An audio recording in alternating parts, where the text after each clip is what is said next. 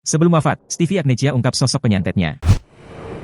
Sebelum meninggal dunia, Stevie Agnecia ternyata sudah sempat membongkar sosok yang tega menyantet dirinya. Hal ini diungkap Stevie Agnecia lewat akun TikTok miliknya pada 8 Juni 2023 lalu. Dalam video tersebut, mantan istri aktor Samuel Rizal ini bercerita jika sosok yang tega menyantet dirinya adalah seorang perempuan. Awalnya Stevie Agnecia menanggapi komentar netizen yang menebak sosok pengirim santet tersebut adalah orang yang menyukainya. Mungkin orang itu senang dengan kakak, tulis netizen. Melihat komentar netizen tersebut, Stevie Agnecia membantah hal tersebut. Kalau dibilang sosok yang nyantet aku itu orang yang senang dengan aku, tapi sayangnya yang nyantet aku itu perempuan, kata Stevie Agnecia. Selanjutnya, Stevie Agnecia menceritakan secara detail bagaimana awal mula dirinya tahu sedang disantet. Istri pilot ini mengaku beberapa orang yang bertemu dengannya selalu mengatakan ada sesuatu yang aneh di dalam tubuhnya. Kenapa aku bisa bilang perempuan? Karena aku terus mencari, kenapa di tubuh aku ini ada penyakit yang datang secara tiba-tiba. Jadi, ada orang yang datang ke aku yang memang saat itu aku mau mijitin badan aku. Di situ dia bilang ada sesuatu di tubuh aku, tambahnya. Tak hanya tukang pijat, seseorang yang tak dikenal bertemu dengan Stevie di bandara juga tiba-tiba mengatakan hal yang sama. Tidak sengaja lagi lalu aku ketemu sama orang di airport. Di situ orang itu juga bilang ada sesuatu di badan aku. Dia bilang, badan kamu ada sesuatu yang aneh, ujarnya lagi.